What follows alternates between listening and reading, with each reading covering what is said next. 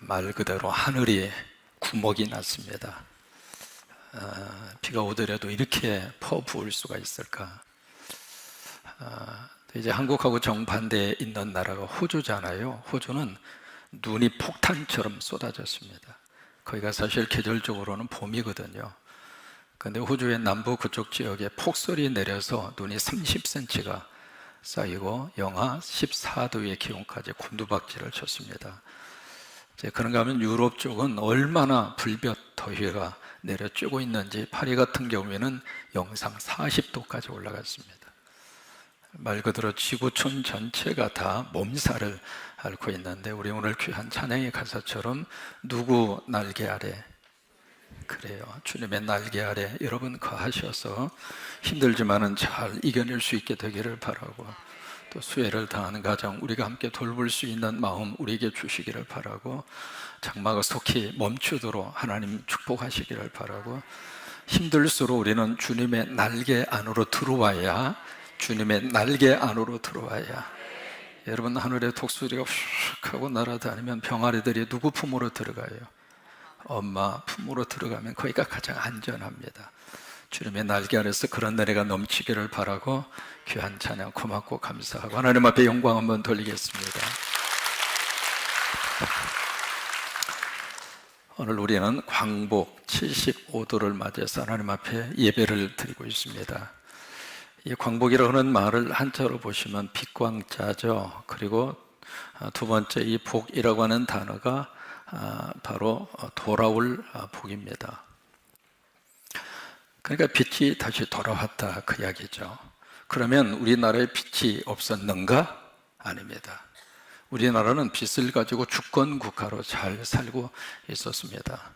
그런데 아시는 것처럼 1910년 8월 29일 우리는 이 날을 한일 합병이라 그렇게 부릅니다만은 한일 합병이 아니라 경술련 국치일입니다. 국가적으로 가장 치욕스러운 날입니다. 합병이라고 하는 것은 두 나라가 서로 의견이 맞아서 합의를 해서 합쳐지는 게 합병이죠. 근데 이 당시 1910년도에 있었던 이것은 말 그대로 합병이 아니고요, 한쪽에서 와서 한쪽을 강탈을 하고 득탈을 한 사건입니다. 그래서 한일 합병이라고 하는 말은 어울리지가 않습니다. 사실은 경술련 국치일이 1910년 8월 29일입니다. 이 협정이 있은 다음에 16년 후에 1926년 4월 26일 이 당시에 있었던 그 왕이 바로 순종이었잖아요. 순종이 이 세상을 떠납니다. 그래서 왕의 승천을 우리가 붕어라 그렇게 표현하죠. 근데 순종이 세상을 떠나면서 마지막으로 유언으로 남긴 말이 있습니다. 그것을 왕이 마지막으로 남긴 유언을 유조라 그렇게 이야기합니다. 그 유조를 하는데 그 유조의 내용이 바로 뭐냐면, 나는 이 1910년도에 있었던 이 협정, 이 조약에 맹세코 내가 허락하고 사인한 적이 없다. 그게 순종의 마지막 유조입니다. 그럼 누가 했는가? 거기에 함께 일본하고 서로 작자구이 됐던 역신들이라고 하는 표현이 나옵니다. 이완용을 중심으로 한 그 당시 그 역신들이 일본과 함께 협착을 해서 제멋대로 협약을 맺었고 제멋대로 그 조약에 사인을 했다. 그런데 1910년도에 있었던 그 조약의 첫 번째 그 조항이 바로 뭐냐면, 대한제국의 모든 주권을 일본에게 양도한다. 그게 첫 번째 조건입니다. 여러분, 그때부터 우리 한국 땅에 빛을 잃었습니다. 우리 한국이 가지고 있었던 그 빛을 잃은 것이 아니라 빼앗겼습니다. 자유의 빛도 빼앗겼고 인권의 빛도 다 빼앗겼고, 우리 한글이라고 하는 언어를 우리가 고유적으로 우리가 쓰고 있었는데 언어의 빛도 다 빼앗기고, 먹거리의 빛도 다 빼앗기고, 신앙의 빛도 빼앗기고 다 빼앗겼어요. 그래서 어두움 가운데서 살던 이 땅 위에 1945년 8월 15일 꿈에도 그러던 광복이 이 땅에 빛으로 다시 되찾게 된 거예요. 이 광복을 역사학자 함석헌 씨는 뜻으로 본 한국 역사라고 하는 유명한 그 책에서 두 가지로 해석을 합니다. 이 광복은 우리에게 도둑같이 왔다. 또 하나, 이 광복은 우리에게 어떤 역사로 왔는가? 하늘이 준 떡이다. 두 가지의 모습으로 함석헌 씨는 광복을 해석을 했습니다. 왜 도둑같이 왔다고 표현을 했을까? 누구도 광복을 애기치 못했습니다.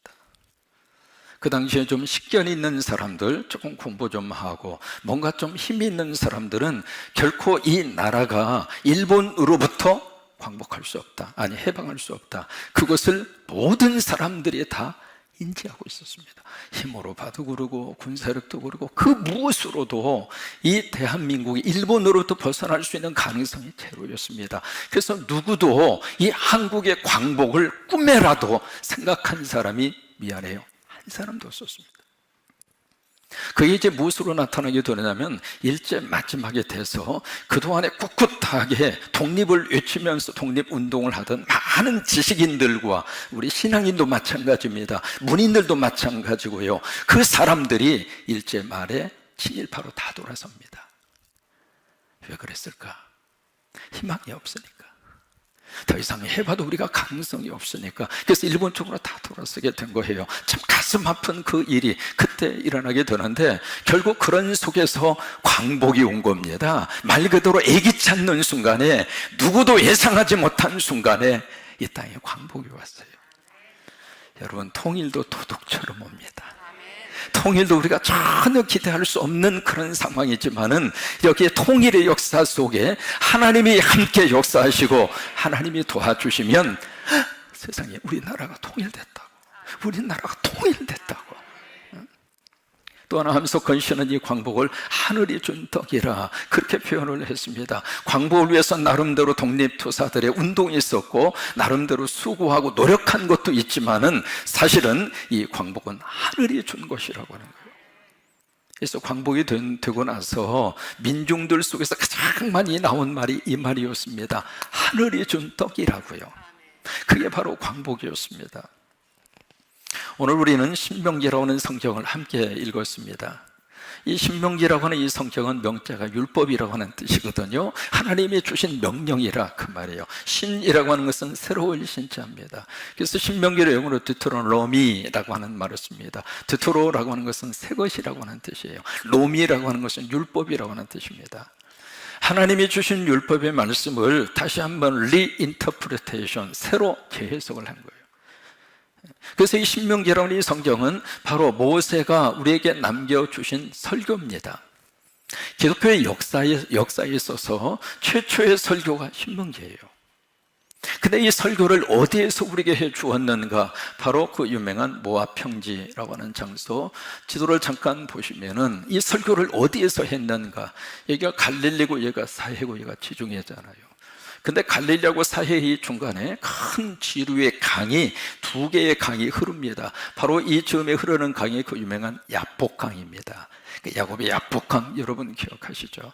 그 다음에 이 사해 쪽에 지류에 흐르고 있는 강이 아르논 강이라고 하는 강이 흐릅니다. 이 두 강 사이에 바로 이 윗부분에 평지가 있는데 이 평지가 바로 모압 평지입니다. 그 당시에 여기 모압이라고 하는 나라가 있었고 바로 이 나라 위쪽에 있는 평지가 모압 평지입니다. 이 평지에 우뚝 솟아있는 산이 하나 있습니다. 그 산이 바로 그 유명한 느보산입니다. 느보산은 여기에 해발 835m입니다. 그러니까 상당히 작은 산이 아니죠. 굉장히 높은 산이죠.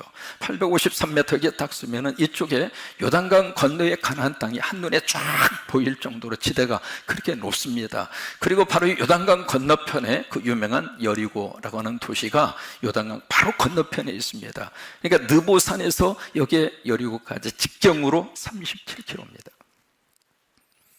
그러니까 지금 무슨 상황이냐면 바로 여기 애굽이 있었잖아요. 여기가 광야의 생활이 있었잖아요. 이 모든 삶을 통해서 꿈에도 그리던 장소가 바로 지척간에 있는 거예요. 근데 여기에서 하나님은 모세의 리더십에 종지부를 찍도록 명령을 하십니다. 네 시대는 끝났다. 너는 역사의 무대에서 사라져라. 그래서 마지막으로 모세가 바로 그들을 대상으로 하나님이 주신 율법의 말씀을 다시 새롭게 해석을 해서 그들에게 설교를 남기고 모세는 느보산에서 세상을 떠납니다. 그러면 이 설교를 들은 대상이 누구 있는가? 세컨 제너레이션, 2세대들입니다. 이 2세대들은 바로 이 광야에서 출생을 한 세대이거든요. 새로운 세대입니다. 그 세대들은 바로 그 조상들이 애굽에서 어떻게 살았고 애굽에서 어떻게 하나님이 우리를 이끌어 주셨고 이 광야 속에서 어떻게 살았는가, 여기에 대해서 그들은 체험한 바가 아니에요. 그것을 직접 경험한 세대가 아니라 그저 들어서 알고 있는 것뿐입니다. 그 세대를 대상으로 해서 모세는 그 유명한 신명기라고 하는 이 말씀을 그들에게 선포하면서 알려주고 있습니다. 오늘 32장의 말씀을 읽었습니다. 이 32장의 말씀은 바로 지금까지 설교의 말씀을 쭉 마친 다음에 32장이 바로 노래입니다. 찬양입니다. 그러니까 이 찬양을 32장에서 지금 그들에게 노래로 이제 부르도록 그렇게 하고 있는 거예요. 마치 우리가 설교 끝나고 나면 결단 찬송하죠. 그거하고 똑같은 거예요. 여러분, 말씀의 마지막 클라이막스의 이펙트가 찬양으로 나옵니다.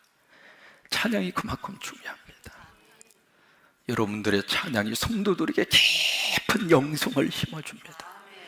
오늘 여러분들이 이 찬양이 성도들 하루에 일주일의 삶을 사는데 얼마나 큰 영적 영향력을 미쳤는지 아십니까? gloria, 우리 가브리엘, 이 찬양이 사실 그렇게 소중한 거예요. 그래서 이 찬양이 울려 퍼지게 되는데 32장 1절에 가서 보시면은 하늘이여 귀를 기울여라, 땅이여 내 말을 들을지어다, 그러면서 찬양이 울려 퍼지는 거예요.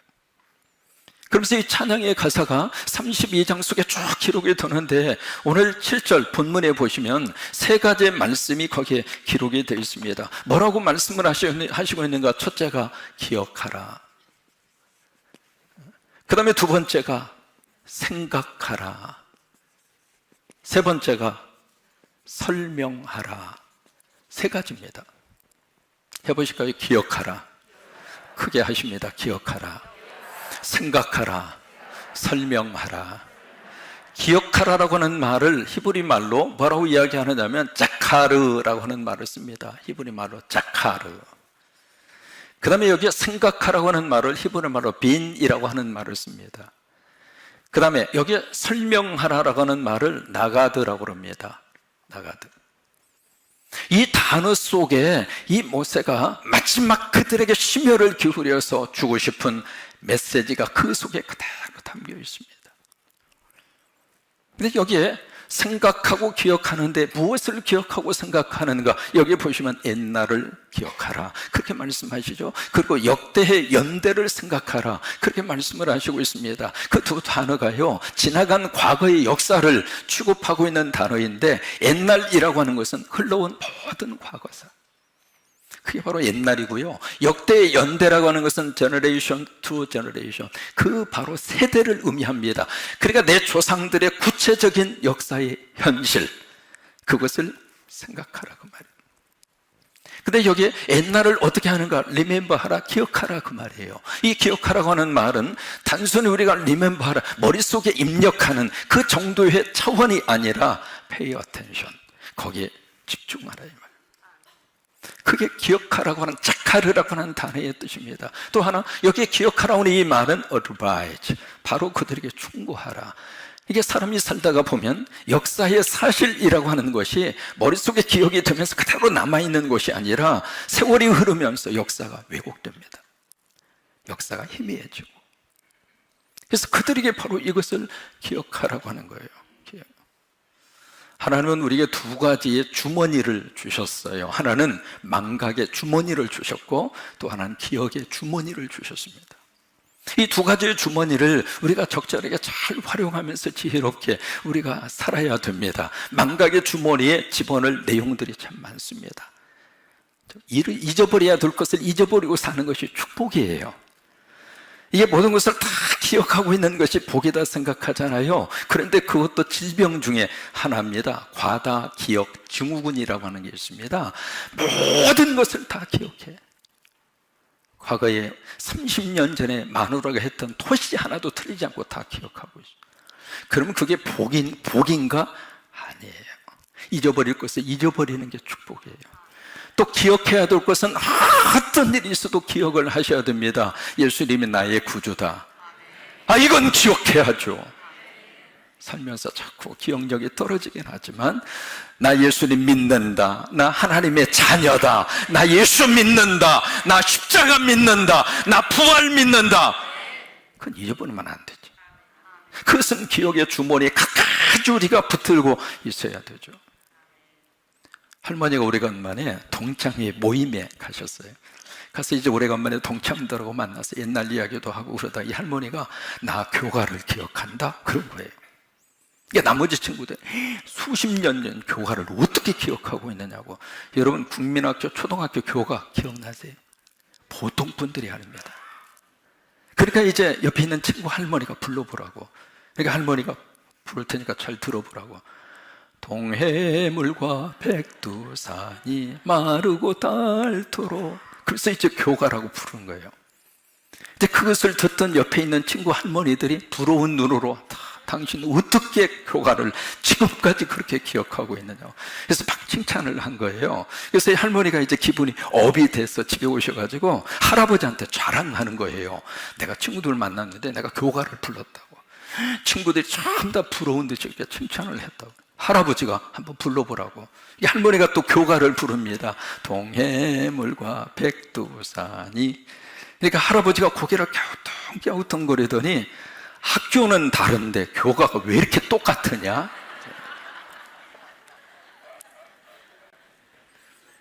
여러분 살면서 망각의 주머니에 넣어야 될 것이 참 많아요.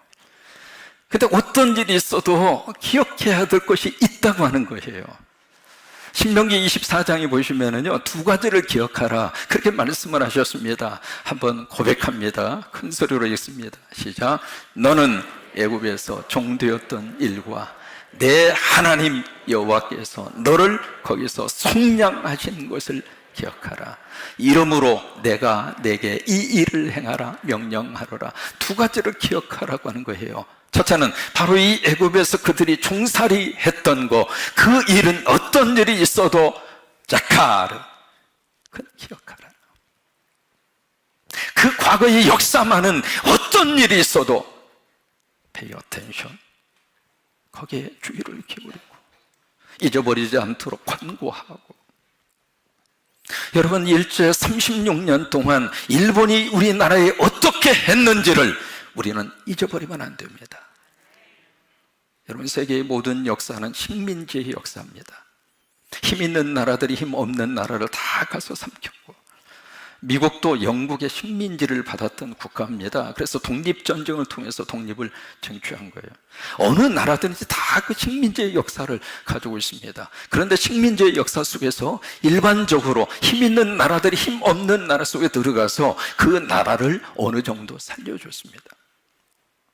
그 대표적인 케이스가 바로 알렉산더입니다. 알렉산더가 치고 들어온다는 소식을 들으면은요, 옆에 있는 나라의 국민들이 대문을 열어줬습니다. 어서 와서 우리나라 좀 점령을 해달라고. 왜? 알렉산더가 통치하는 그 기간 동안 그 옆에 있는 모든 나라들은 다 일어났습니다. 그게 일반적으로 모든 식민 역사의 특징입니다. 그런데 유일하게 일본만은 이 땅에 와서 가장 악랄한 방법으로 식민 통치를 한 나라가 일본입니다. 우리는 잊어버리면 안 됩니다. 어느 정도 우리를 말살하기 위해서 정책을 펼쳤는가. 여러분 일제 말기에 남자들의 고한, 쉬운 말로 말해볼까요? 남자들의 불화를 다 제거시켰습니다. 왜 그랬어요? 조선인의 씨를 말려버리려고. 우리는 잊어버리면 안 됩니다. 1945년도에 일본이 이 땅을 떠나면서 그들이 했던 말이 있습니다. 100년 후에 다시 돌아오겠다. 우리 잊어버리면 안 됩니다. 잊어버리면 안 됩니다. 다시 기억하고. 그래서 하나님은 그들에게 종되었던 너희들의 종살이 했던 그 시절을 기억하라, 그 말이에요. 그 다음에 두 번째로 무엇을 기억을 하는가? 거기서 다시 한번 띄워줘 보세요. 바로 거기서, 바로 애굽의 종살이였던 바로 그 장소잖아요. 거기서 너를 어떻게 하셨어요? 속량하셨어요. 속량했다는 말은 뭔가를 대가를 페이하고 지불하고 대신 산 것을 리뎀데이션, 속량이라고 그래요. 하나님 우리를 해방시켜 주신 거예요. 하나님 우리를 광복시켜 주신 거예요. 그 하나님 잊어버리지 말라고 하는 거예요. 여러분 우리가 광복 이후에 5년 만에 한국에 한국전쟁이 일어납니다. 그 전쟁을 통해서 말 그대로 한국이 완전히 폐허가 됐잖아요. 여러분 소도 언덕 비비기 있어요. 비빌 언덕이 있어야 비비고 일어나지. 아무것도 남아있지 않는 이 대한민국. 그런데 그 대한민국이 이제는 경제 10위권으로 일어섰습니다. 여러분 누가 주신 축복인가요? 하나님이 주신 축복 인정하시면 아멘. 그 하나님이 잊어버리지 말라고 하는 거예요. 그 하나님을 기억하라고 하는 거예요. 지금 우리 한국은 코리안 드림의 나라가 됐습니다. 동남아 지역에 있는 사람들이 어떻게 쓰든지 한국에 와보고 싶은 거예요. 와서 무슨 일이든지 농촌에 가시든 공장으로 가든 어느 일이든지 몇 년간만 열심히 노력하고 참고 일하면 그 돈 가지면 자기 고향에 가서 집도 사고 땅도 사고 먹고 산다 이 말이에요. 코리안 드림이 됐습니다. 2차 세계대전 이후에 보세요. 완전히 망가진 그 나라, 원조를 받던 나라가 이제는 원조를 해주는 나라가 됐고, 또 하나 민주주의 국가를 이룬 유일한 나라가 대한민국이에요. 우리나라 보통 나라가 아닙니다. 우리나라를 우습게 보면 그들은 무차별적으로 우리나라를 통해서 뭔가를 맛보게 될 겁니다. 지금 코로나를 가장 잘 대처하는 나라가 어느 나라예요? 대한민국이죠. 그래서 미국에서 트럼프 대통령이 기자회견을 할 때마다 기자들이 늘 비교하는 게 코리아잖아요. 그리고 코리아 말만 나오면 트럼프가 경기를 일으키는 거예요. 하도 비교를 당하니까. 여러분이 이 두 가지를 기억하라고 하는 거예요. 그러면서 여기에 기억하라, 짝하르라고 하는 말을 그래서 쓰고 있습니다. 그 다음에 두 번째, 역대의 연조를 생각하라, 빈이라고 하는 말입니다. 이 생각하라고 하는 말은 바로 그들이 생각으로만 멈추는 것이 아니라 거기에 통찰하고, 그래서 이게 understand라고 하는 말을 여기서 쓰고 있는 겁니다. 이 빈이라고 하는 말은 단순히 여기다가 집어넣고 있는 것이 아니라 뭔가 그 속에서 주시는 메시지를 분석하고 관찰하고. 그래서 또 다른 영어의 단어가 consider라고 하는 단어를 씁니다. 이 consider라고 하는 단어는 고려한다고 하는 뜻이에요. 이사야서 51장 1절로 2절에 보시면 하나님이 거기에 두 가지의 것을 생각하라고 그렇게 말씀을 주시고 있습니다. 같이 한번 읽으십니다. 이사야서 51장 1절로 2절에 보시면 그렇게 말씀을 하세요. 같이 고백하십니다. 의를 따르며 여호와를 찾아 구하는 너희, 그게 누구냐면 성도입니다. 크리스찬은 누구인가? 의를 따르는 사람. 불의한 세상에서, 마귀와 사탄이 판치는 세상에서 끝까지 의를 붙잡고 살려고 몸부림치는 사람이 성도예요. 그 다음에 하나님을 찾는 사람, 그 사람이 바로 성도입니다. 지금 물폭탄이 쏟아지는 이 속에서 우리는 자연 현상 속에서 하나님을 찾습니다. 하나님 도와주시옵소서, 하나님 함께하여 주옵소서. 그게 성도입니다. 그러면서 거기에서 두 가지를 생각하라고 하세요. 첫째로 무엇을 생각하는가? 네 존재 자체를 생각하라. 그 다음에 두 번째, 너희의 조상들을 생각하라. 두 가지를 생각하라고 말씀을 하세요. 우리들의 존재를 어떻게 표현하고 있는가? 거기 보시면 너희를 떠낸 반석이라. 반석이라는 게 바위거든요. 바위가 있으면 그 속에서 조금 이렇게 떼어냈다 그 말이에요. 그 다음에 여기에 파낸 우묵한 웅덩이라고 하는 것은 진흙이 있는데 진흙덩이 속에서 조금 이렇게 파냈다 그 말이에요. 그러면 여기에 반석에서 조금 떼어내고 구덩이에서 조금 이렇게 파내서 만든 사람이 누구냐면 우리라 그 말이에요. 우리의 존재 자체에 대해서 생각하라 그 말이에요. 우리가 내 존재 자체를 생각하면 겸손하셔야 돼요. 사실은 내세울 곳이 없습니다. 하나님 우리에게 호흡을 주시고 하나님이 우리를 붙들어 주셔서 우리가 살고 있습니다. 이 자연의 이 엄청난 대변화의 현상 앞에 지금 우리가 할 수 있는 게 뭐예요? 아무것도 할 일이 없습니다. 네 존재 자체를 생각하라. 우쭐대지 말고 교만하지 말고 착각하지 말고. 그 다음에 두 번째, 무엇을 생각하는가? 다시 한번 띄워줘 보세요. 거기 보시면은 두 사람의 이름이 나옵니다. 보라, 너희의 조상 누구? 아브라함. 그 다음에 너희를 낳은 누구? 사라. 여기 너희를 낳았다. 사라가 어떻게 낳았는가? 우리 기억하잖아요. 나이 90세. 죽은 것과 방불케 됐다, 그렇게 표현하잖아요. 그때 그 사라의 태문을 누가 열으셨는가? 하나님이 열으신 거예요. 그리고 홀로 있는 아브라함을 누가 부르셨는가? 하나님이 부르셨어요. 그리고 하나님이 아브라함에게 복을 주신 거예요. 보세요, 조상들 역대의 연조를 생각하라. 바로 뭐예요? 하나님이 함께하면 된다. 하나님이 함께하면 된다. 하나님이 함께하면 된다. 여러분, 지금 이럴 때일수록 우리가 하나님 찾아야 돼요. 거기에 길이 있고 거기에 축복이 있습니다. 세 번째는 여기에 물으라, 그렇게 말씀을 하십니다. 누구에게 묻는가? 너희 아버지에게 묻고 너희 어른들에게 물어라. 그 아버지와 어른들이라는 게 누군가? 역사의 산 증인입니다. 우리 자녀된 세대는 결코 잊어버리면 안 됩니다. 부모님들이 계셨으니까 우리가 있는 거예요. 우리 부모 세대가 어떻게 눈물을 흘리면서 고통스러운 시대를 참고 견디고 보내왔는가? 물으셔야 합니다. 어느 날 갑자기 우리가 지금 먹고 사는 게 아닙니다. 저도 기억을 합니다. 제 고향이 늘 말씀드리지만 전라북도 김제군 동남면 행촌이 4구 4번지입니다. 호남평야 끝자락입니다. 어린 시절 제가 지금도 기억합니다. 양재에 들고 들녘에 가서 독색이 풀을 긁었습니다. 왜? 밥해 먹으려고. 먼 옛날 일이 아닙니다.